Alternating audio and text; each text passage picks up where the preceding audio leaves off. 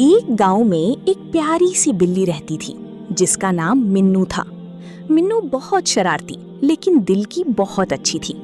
वो हर रोज गांव के बच्चों के साथ खेलती और कभी कभार दूध चोरी करके भाग जाती।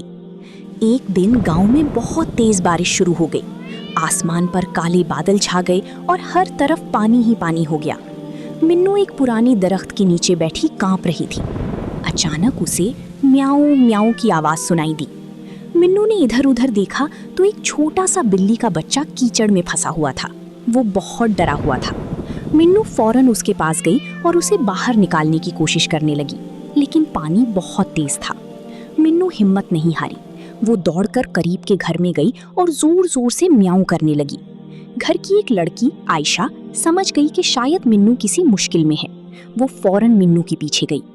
जब आयशा वहां पहुंची तो उसने छोटे बिल्ली के बच्चे को देखा। उसने जल्दी से उसे उठाया और घर ले आई। उस बच्चे को गर्म कपड़े में लपेटा और दूध पिलाया। थोड़ी देर बाद वो नन्हा बिल्ली का बच्चा खुशी से खेलने लगा। उस दिन के बाद गांव वाले समझ गए कि मिन्नू सिर्फ शरारती बिल्ली नहीं बल्कि बहुत बहादुर और रहमदिल भी है। अब सब लोग उसे प्यार से हीरो बिल्ली कहने लगे। और मिन्नू, वो आज भी गांव की गलियों में खुशी खुशी घूमती है, लेकिन अब दूध चोरी कम करती है। Please like, share and subscribe.